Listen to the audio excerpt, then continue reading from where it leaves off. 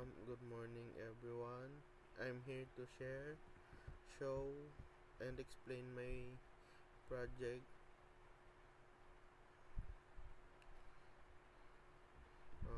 Simple login register form na may SQL database connection.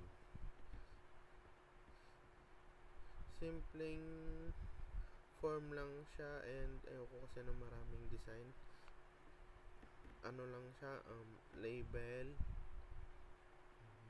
text box, buttons, yun. Ganon din sa kabila, yung label, text box, tsaka button.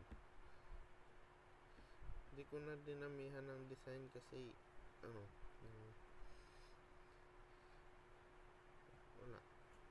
wala nang time. Joke lang. Ito pala yung codes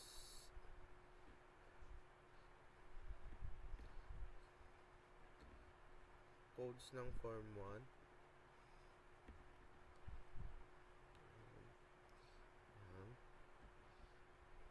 Ito din yung codes ng form 2.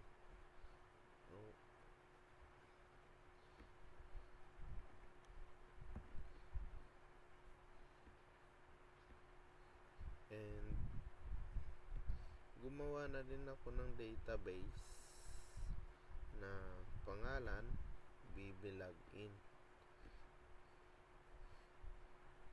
Nilagyan ko lang ng isang table na may lamang yun, ID, username, and password. Ay disregard nyo na lang tong laman, tas sinubukan ko lang naman sa test kung gagana. And yun, gumamit ako ng sum. And let's start. Bale, ginawa ko sa code, sinet ko yung magiging laman ng text box sa string. Also, itong code na to, pag walang laman yung text box,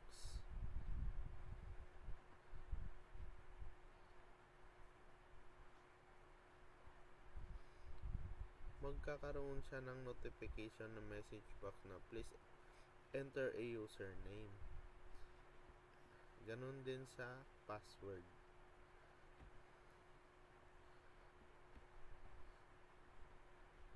And dito na ako nag-set ng may connection ng Visual Basic sa may SQL program. Okay, pakita ko. Bale, dito settings, sinet ko siya sa constring, then type na connection string, tas scope application, then ito na yung pangalan, server database ko. Yan, dito na siya tatawagin ko na lang. And balik tayo doon. Ito na po siya. Sinet ko siya na open connection, then ito na yung code ko para sa pag-insert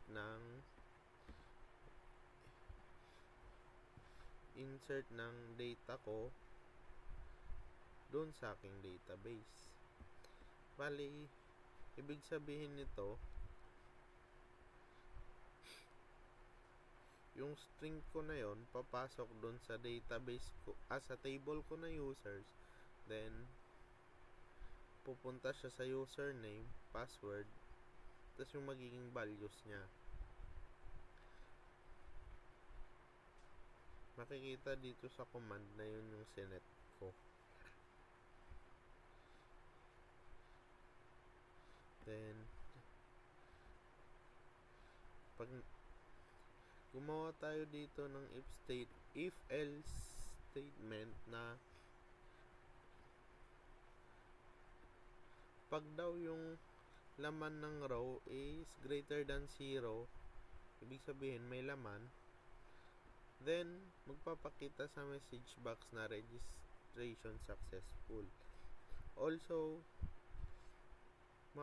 babalik siya sa login form, then makiklear yung dalawang text box, yung username and password. Else, yun, pag opposite yung nangyari, meron tayo dito message box, registration failed, please try again. Then this is the catch.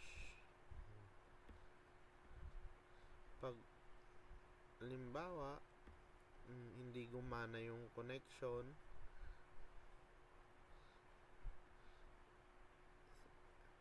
magno-notify siya na yung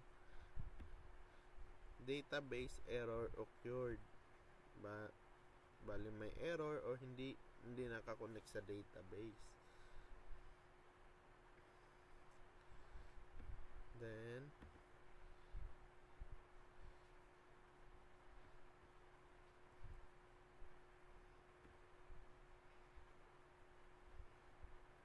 lipat tayo sa form 1. Bali nag-set ulit ako ng text box 1 tsaka text box 2 ko, which is yung username tsaka password. Di ko na lang pinalitan, na nilagay ko sa string. Yun. Ganon pa din itong if statement na dalawa, nangangahulugan na pag walang laman yung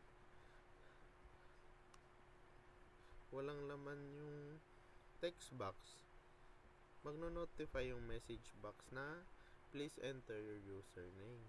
Ganon din sa password, same thing lang din. And nag-open ulit ako ng connection tsaka adapter. Ayan.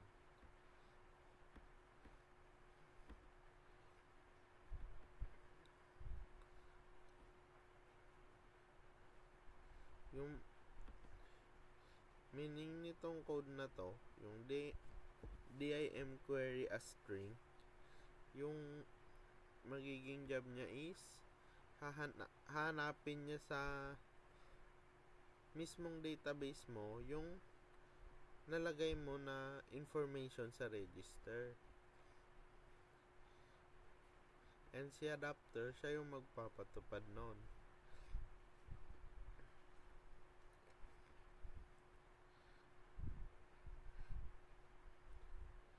Ito, naka-state with adapter, selected command dot parameters, add with value, username, which is yung nasa database natin. Ito, username and password. Napansin nyo na walang ID na naka-state dito sa program, which is auto-increment kasi sa database. And yung username and password lang naman yung focus niya.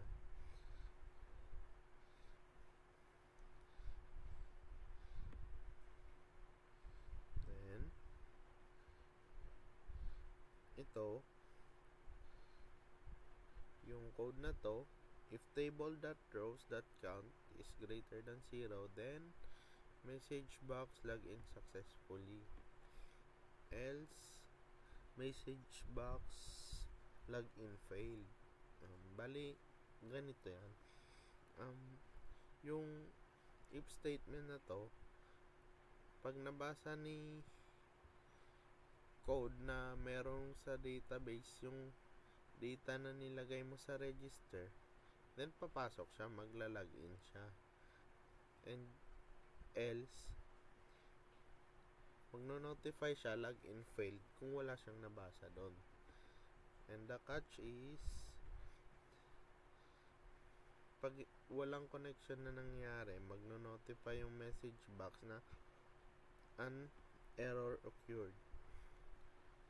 Ibig sabihin, may error sa connection ng database tsaka Visual Basic. And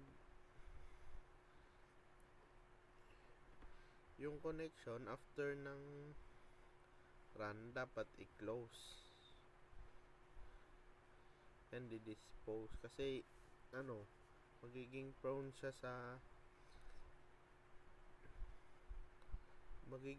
siya na ma-hack if hindi natin close o dinispose yung ating database. Ibig sabihin kasi open lang yun, hindi na masasara. And try natin siya i-run.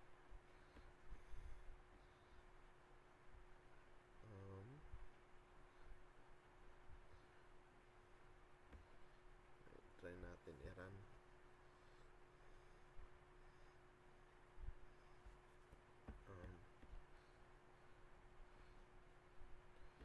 Try muna natin yung login. Meron na akong sinubukan. Ito, username, password. Try natin doon.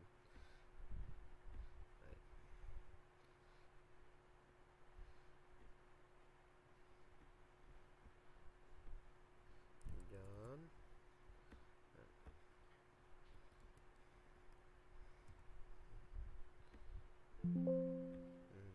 Login successfully. Kasi nabasa niya doon na nasa database ko yung username tsaka password. And ito naman, register tayo. Halimbawa,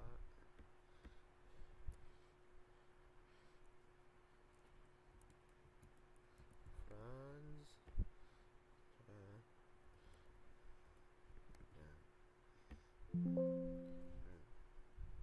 notify siya na nakapasok na doon sa database yung bagong register ko na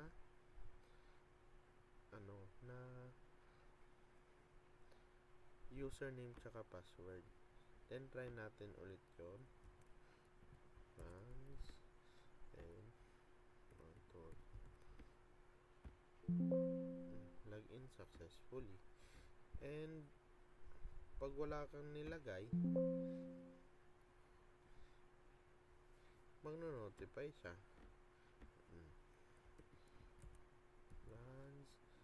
Pag walang password, ganun din.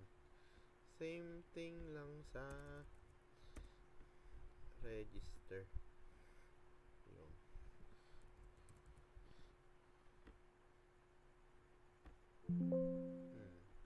Walang password, magno-notify siya. And dito, please enter username. Same thing lang. Ayaw niya.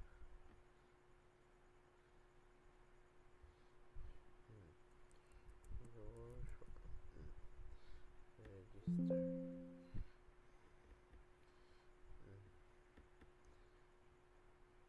Yun lang po. Then add ko lang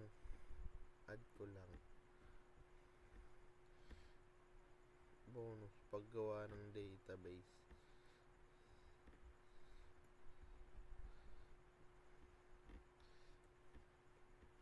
New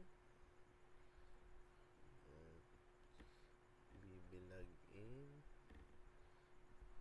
set ka ng name mo, halimbawa login db, then create. Pag nakapag-create ka na,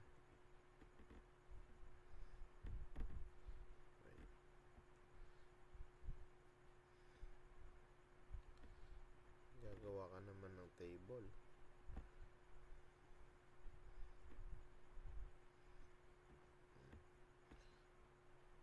Wait, try natin ibang pangalan ng database.